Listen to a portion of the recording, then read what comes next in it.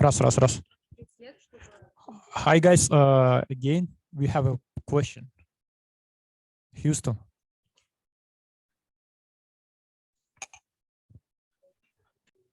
Armenia?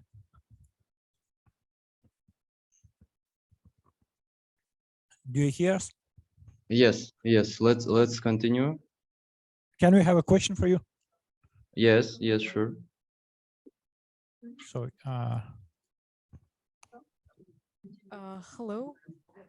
Hello. Thank you for your presentation. My name is Ayana, and I would like to ask a question. You mentioned that in 20, 30 years, there will be a station on the Mars, but what can you say about the environmental condition of the Earth? Wouldn't it be like worsened because we need to have many transitions to the Mars in order to build that station? So what do you think, what will be the environmental condition? I think we should provide this condition to the stations. So sorry, we didn't finish the question. Okay.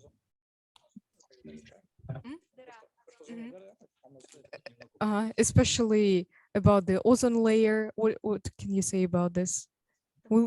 There will be like the holes in the ozone layer, and the whole environmental condition of the Earth will be decreased because of the transitions of the rockets to the Mars. I think we have more problems on the Earth, not come from the space. We have a ozone layer not only because the rockets. So I don't think that rockets will have an issue to ozone layer, if I understand your question correct. Let's talk about this a bit later. Let's continue our program. I want to invite Anastasia Stepanova. Anastasia, I'm really glad to see you here, because we know about Mars in theory, but you know it in practice, and maybe you have answer to the last question. So Anastasia, we're happy to see you. So go on. Hi, I'm happy to be here. Hi, Kazakhstan and Armenia. Unfortunately, I haven't been to Kazakhstan yet, always wanted. So hopefully I can, make it in the future. And Armenia is one of my favorite countries. I even had a wedding in Yerevan. So yeah, okay. Let's talk about Mars. So I heard good news that soon in Armenia, you will have a Mars station from Austrian Space Center. And I know them really well. And I'm so happy that your country was chosen to have this station. And I'm really excited to see what would come out from this and how many people it will inspire. So hopefully next station will be also in the desert of Kazakhstan. And the more stations we have, the more science we can do, the more simulations we can do, and we would be better prepared for real Martian travel. So I participated in several space flights experiments, or here, in English, they call it like analog stations, where you simulate moon flight or Mars flight. And the closest conditions that you can get is actually cold desert or Arctic for the Mars environment. So one of the stations is in Utah Desert. It was built by Mars Society, which is a nonprofit organization that tries since 2000 to show the public, politicians, why we need to spend money on Mars exploration and which benefit it can give you. The geology of this desert is pretty similar to Mars, although of course here it's way more warmer. But at Mars, At summertime, at equator, we can actually get pretty good temperatures, which is around 22 degrees Celsius. So it's a rare occasion, but yeah, we can get it as warm as here.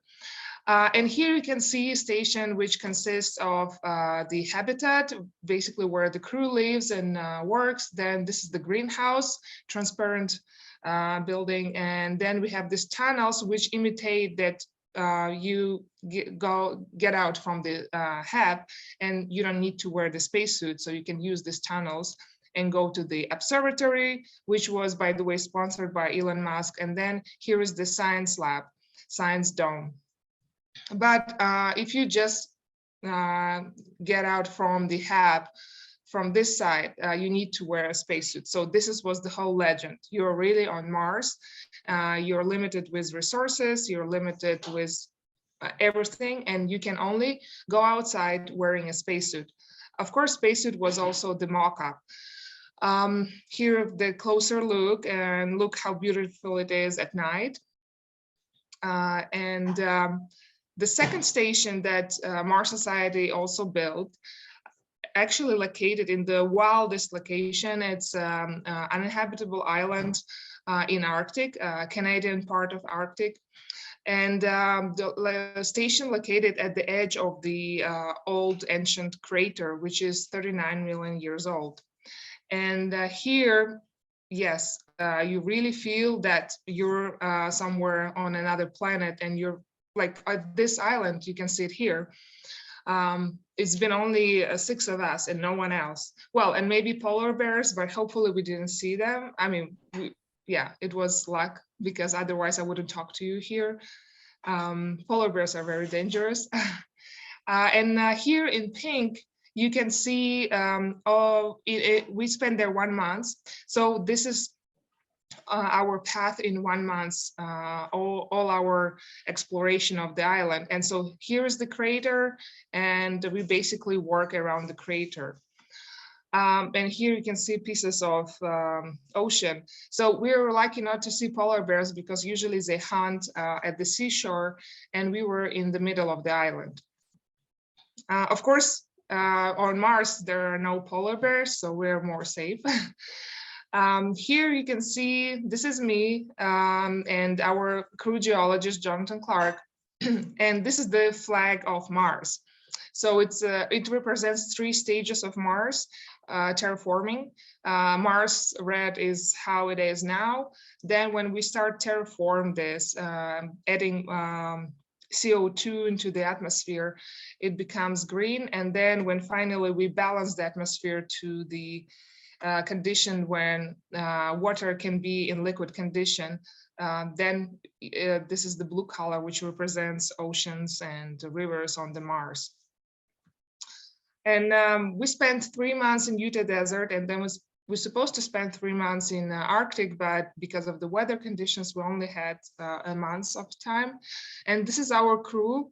As you can see, it's multinational, multidisciplinary, and so we had different age, nationality, skills, and gender. And this all didn't cause any conflict. Opposite, it actually gave us so much benefit. And we had really diverse team, which was really amazing, because this is your family, your colleagues. This is everything you have for the next 3 months in isolation. So what we did in this mission, of course, #1 priority when humans will go to Mars is to look for life or traces of life on Mars. And this is also was our priority. So we've been looking at extremophiles, which is microorganisms that survive in extreme environment. One of them, lichen, you can see it here, and you can see it outside everywhere. This is really tough microorganisms that, you know, survive on stones, wood, in really different harsh conditions, and we can learn from them this scenario or the behavior of other microorganisms that might survive on the Mars. But the most fascinating was for me is holophiles. So halophiles, when you translate it from Greek, means loving salt. This is microorganism that eats salt and usually lives in minerals of gypsum. And gypsum is, you can see this part, this is on the left. This is the gypsum that we found in Utah Desert. It's pretty beautiful. And on the right, the gypsum that we found in Arctic. And it's more rough and different. So what we did, we were taking the samples of this gypsum. And by the way, on Mars, there is a lot of gypsum. So apart from finding halophiles in it, also we can actually produce water from gypsum because gypsum has water. So basically the idea from scientists that we can also use gypsum, heat it up and evaporate water. So in our case, how we studied these microorganisms. So we found, we took the sample, crushed them into powder, then put into special solution. And in several days, we were adding more salt. And after 2 weeks, actually, they woke up and started to eat the salt. And after that, we had to send this to NASA to test how old are they, because, I mean, to test for DNA, and we didn't have such expensive equipment. And another extreme microorganism is hypolith. So you can see this greenish, it's a colony of bacteria, this greenish colors. So they hide behind half transparent rocks, and they're very smart. So rocks protect them from extreme cold, from wind, and from ultraviolet.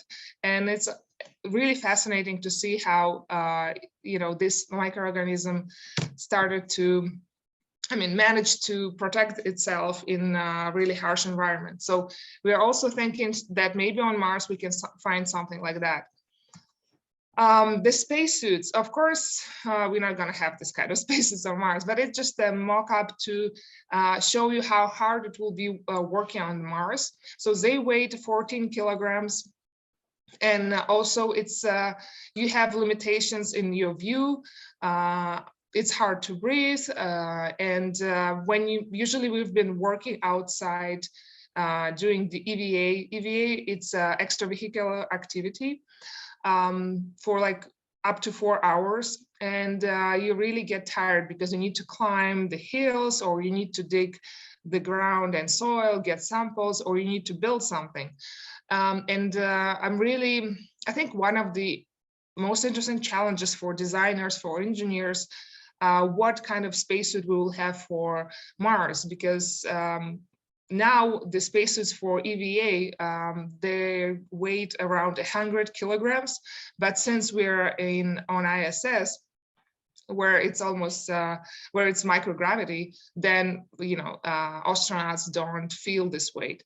But on Mars, the gravity is just 3 times less than here on Earth. So we need to think which spacesuits we would have and if they would be comfortable enough to do the hard work.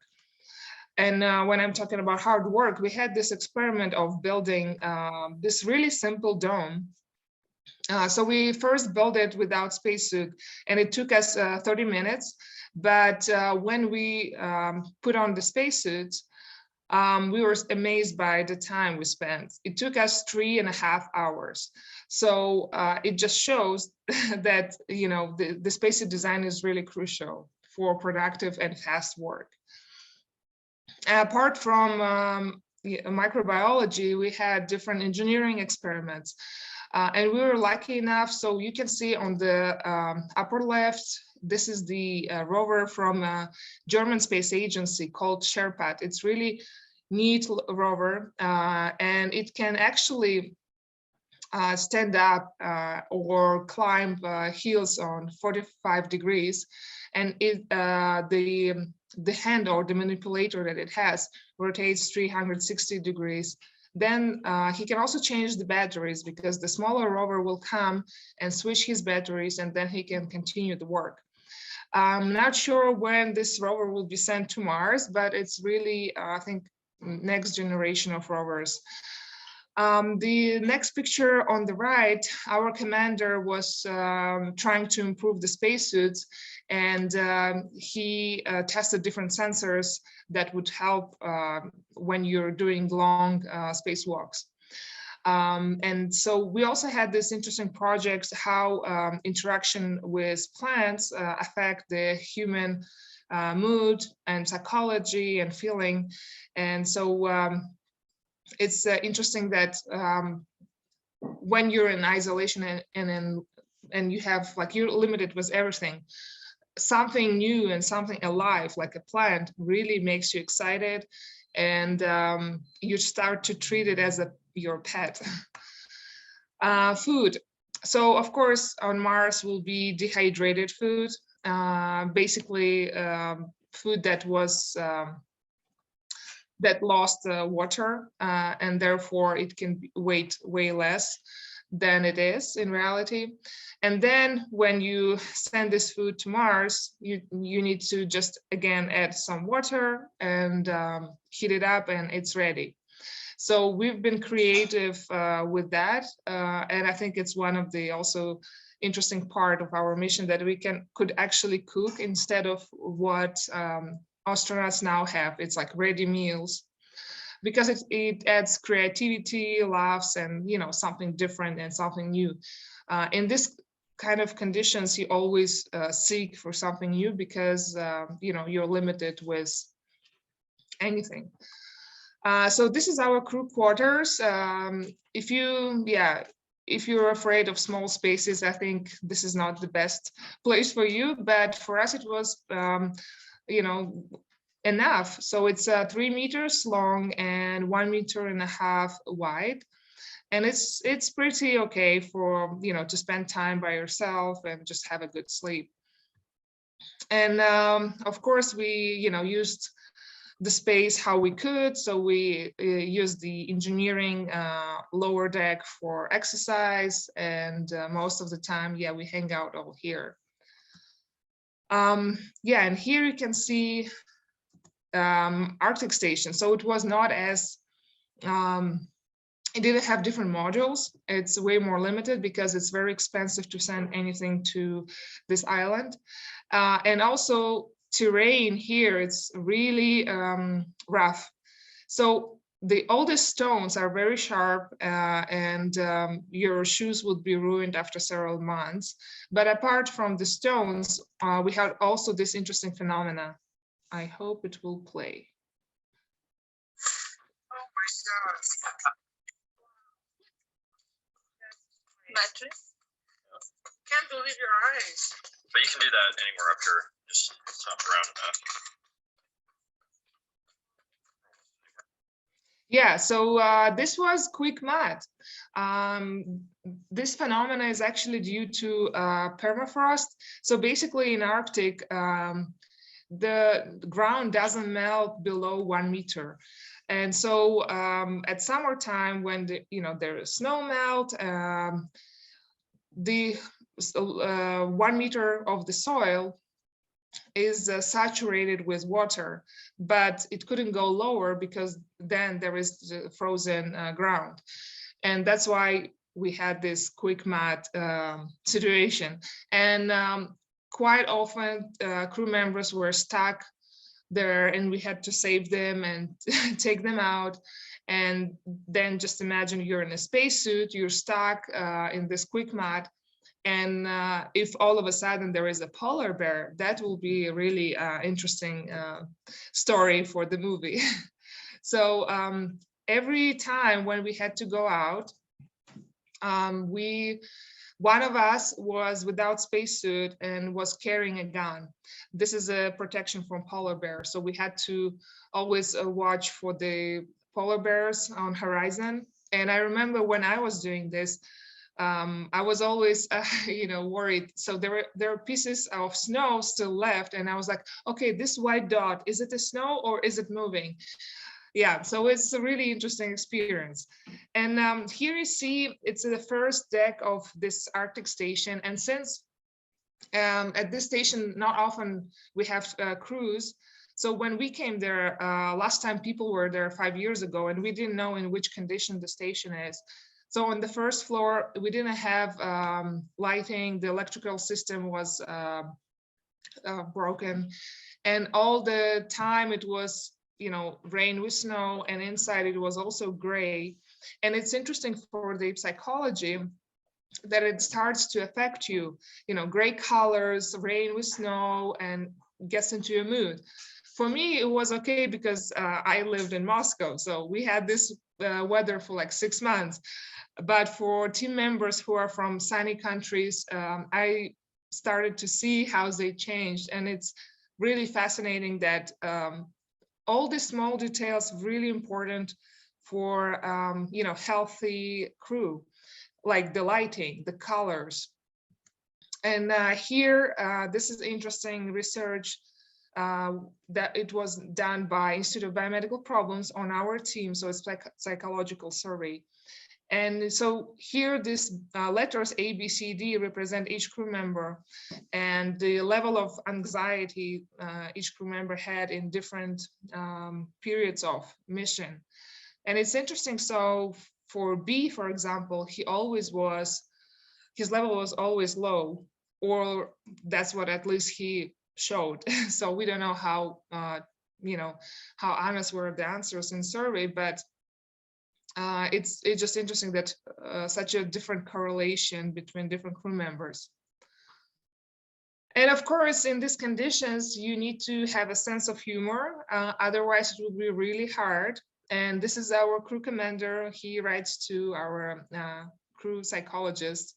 And it's, yeah, she didn't believe us, of course. We sent this email, but she just laughed and she's like, hey guys, I hope you're all well and nobody commits suicide. Yeah, and I guess I can talk more in general what's the plans for Mars mission, and maybe which other isolation or analog experiments were here on Earth. So for now, the record-breaking experiment on the Mars flight is Mars 500.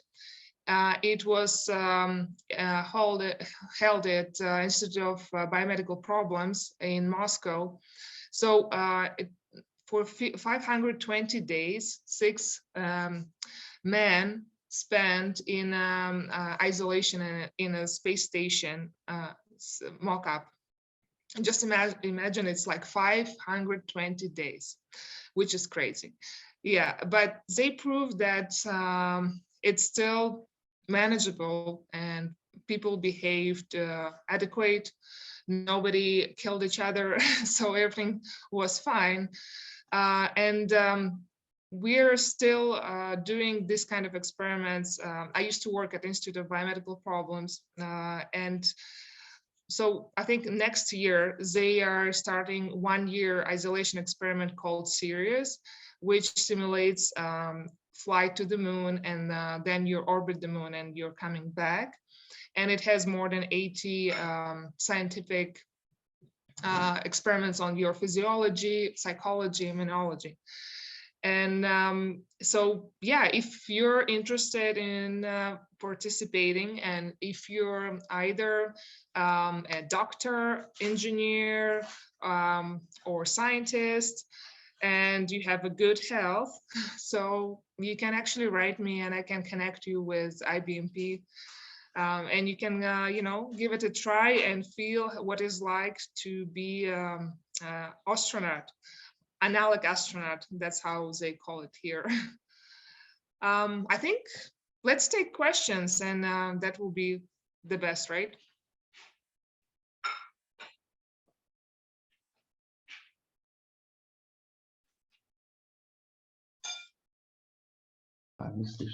Yeah, I want to. Did you simulate? Okay, go on, Astana. Did you simulate communication lag between Mars and Earth while you were there? Yes.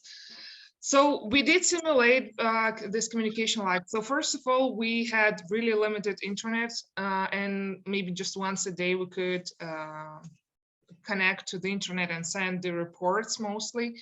And all the questions that we ask mission support were only like all these emails were got back to us after 20 minutes. So this is also really important because the crew should be independent, kind of. I mean, it still has to work with mission support, but it has to make urgent decisions by itself because of the delay in a signal. Anastasia, I have a question. As you've mentioned that any required candidate can participate in this isolation, can experience it. Could you tell me if it's a year isolation, how it will be paid? Okay, yeah, so maybe I'd like to volunteer. So here it is. The situation is like that. If you're a not Russian citizen, I mean, to Russian citizen, they're paying, IBMP is paying the salary. But if it's different country, so we had it like with last isolation, we had 8 months, and we had teams from US, from NASA, and from Emirates, and their agency, space agency, were paying for them because unfortunately we cannot pay for foreigners. And our IBMP was meeting with Kazakhstan representative recently, so I'm hoping that they would have this, connection, and that your government or any organization would cover the participation of volunteers. But I think it's good to start and apply, and then we can try to figure this out. Also for the Mars mission that is in Utah Desert, so Mars Society, you can go to their website, marssociety.org. They have short missions. It's 2 weeks. And you can also get together with your team in Kazakhstan, find maybe some sponsorship and go to this mission. And I don't know, I think I didn't see any teams from Kazakhstan in Utah Desert, and I think it will be really great to have it. It will be good for the news and for space outreach. So yeah, have a thought, and if you have any questions, you can also ask me, and I can connect you with the people at Mars Society.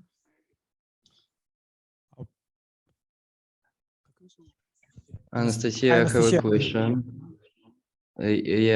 What did you feel on this program?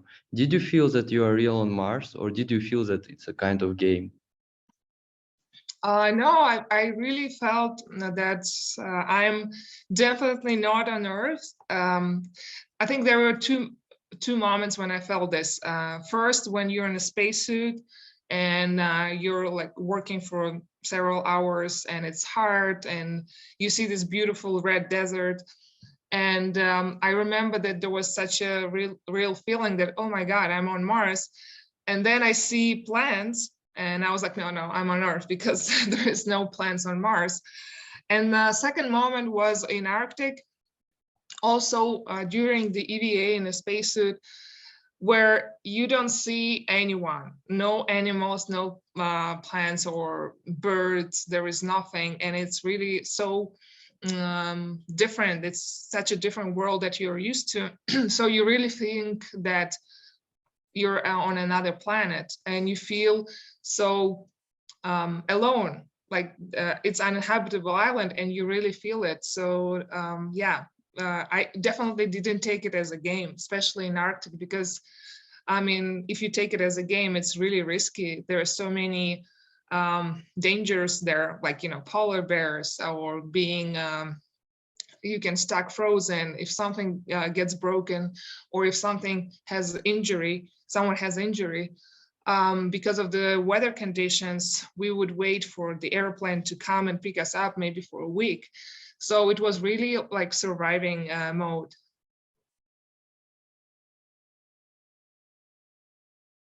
Hi, Anastasia. Hi, Anastasia. Hi. How are you doing today? I'm doing good. It's morning here in Colorado. So yeah, I'm just starting my day. Great. So Daurian, Space Lab Company, Astana. The question is, where is the link actually? Where can people apply for this program? For which one? You want the one that in Moscow or in the one in Utah Desert? Two. Okay. Both, So yeah. the Mars Society that is in Utah Desert, you can apply at their website, marssociety.org. I don't have it here, but yeah, it's easy to find. And the second one, yeah, marssociety.org.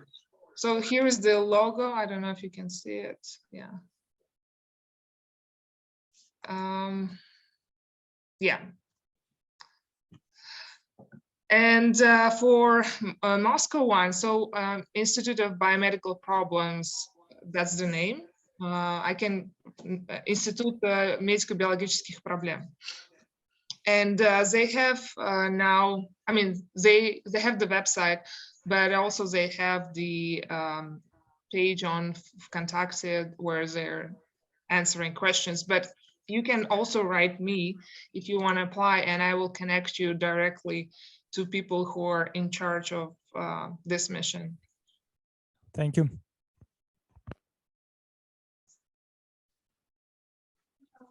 So, first of all, about the background of the applicants who can participate in terms of like education, the degree, or the major, what are the requirements? Did you hear it? Yeah, it's hard to hear, sorry. What is the requirements for a candidate? Should they be an engineer or some degrees, or what the requirements for Oh yeah, candidates? so so for the Mars Society one, the requirement for 2 weeks mission is basically pretty simple. I mean, since you pay for the team, you just come up with the projects that you want to do and come, all together, like representing Kazakhstan. And in this team, you would have 5 to 6 crew members, and you need to have some scientific projects or engineering or even the artistic projects, but it should be something interesting and important. Of course, it's not like coming there and, party in the desert, so you have to be serious. Although some people did it, so that's why they don't like it anymore.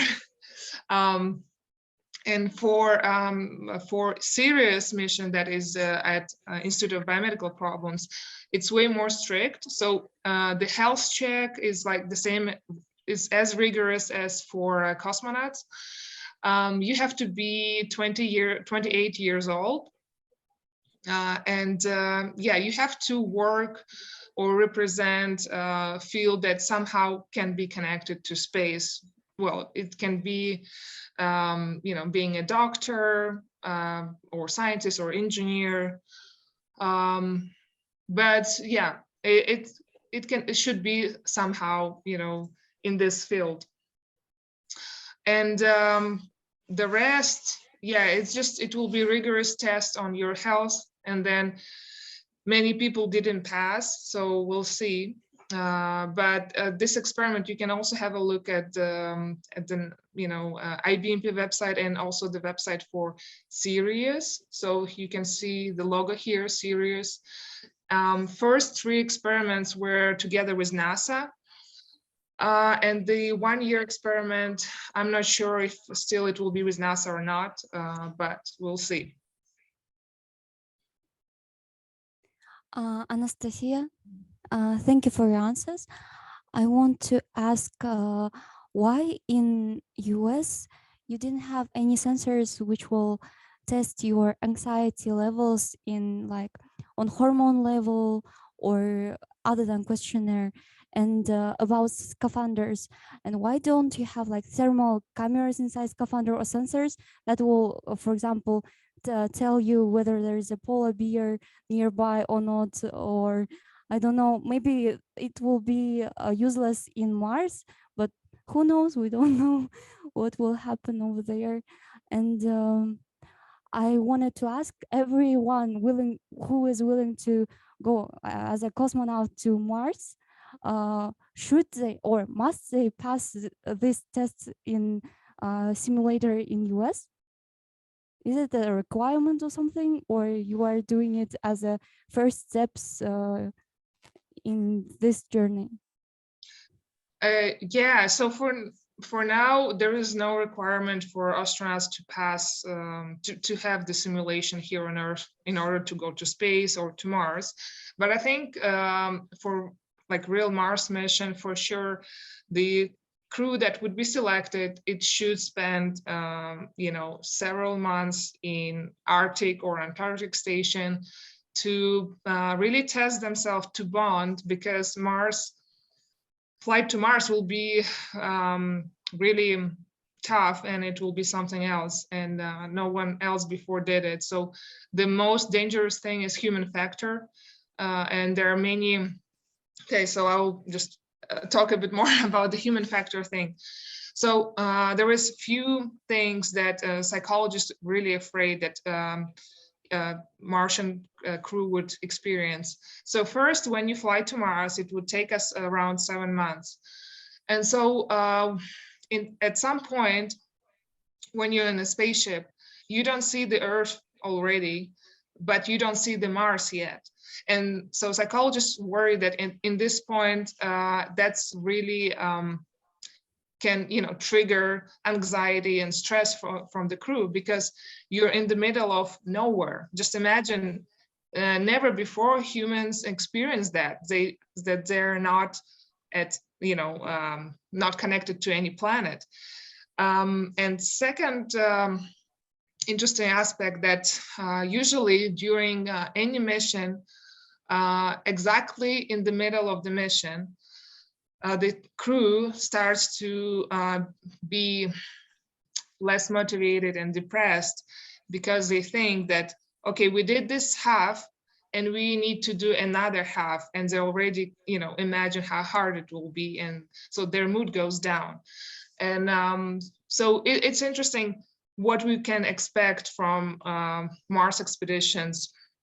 Also, another interesting aspect is Mars has really low magnetic field, and we are not used to live without magnetic field.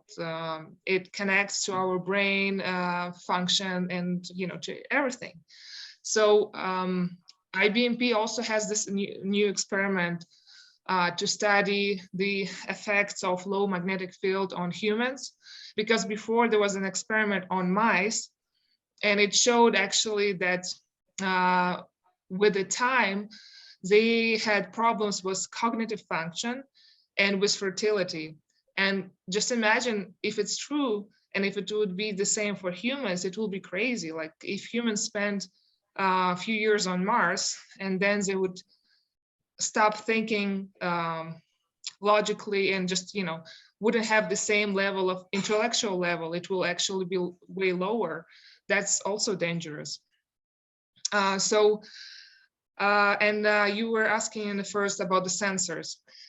Yeah, so since it's a, you know, non-profit organization, Mars Society, they don't have like super advanced spacesuits, and our you know, our team members, they would just, it was their project to bring their sensors and implement it. But since teams come there every 2 weeks, and spacesuits get broken, and, you know, they don't have this really expensive and high-tech equipment.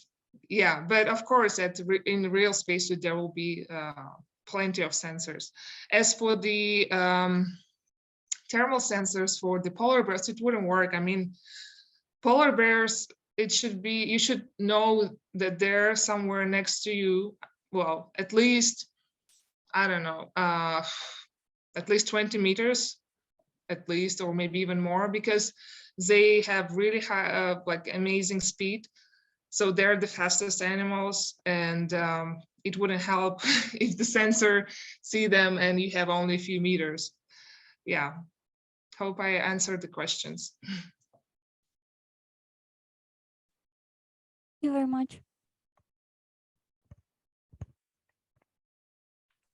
I have one more question. What was your reason to participate in this program? Oh yeah, so I always wanted to be in a space flight since a kid, because I was reading all this, you know, Ray Bradbury, Strugatsky brothers, and all the science fiction books. And I wanted first to test myself, because, you know, one thing that you lay down on a couch and you're like, oh, I would go to Mars, I will be a hero and all that. But then when you actually start to do something and you put yourself in this environment, many people realize that, hey, we don't want to do that. So I wanted to be useful. I wanted to start my space career, and I participated and volunteered in different space experiments. And was the first time when I started it, I was like, wow, I love it. I love this job. I'm great, you know, in living in limitations, because it's really fascinating, and you feel that you're a useful part of this space exploration, although it's like tiny part that you're doing, but still you give some useful data for scientists. So. Do you want to fly to Mars to live there? I want to fly to Mars, of course. To live there forever, no. I think for human psychology, it's important to have always way back, you know, the return, or at least the idea that it's possible to go back to Earth. It gives motivation, and it gives more sense of their work. Okay, Anastasia, thank you very much. I hope we will see you on Mars, or maybe in some analog missions. Thank you for your great experience. Thank you for sharing it. We have a big pleasure to see you. Thank you. Yes, and people, if you're interested, just, you know, write me. I will try to help you and get into those projects. And all the luck. Thank you for inviting. Thank you. Yeah, we will have a short break, I think 5 or 10 minutes, and we will have our headliner. So see you in 10 minutes.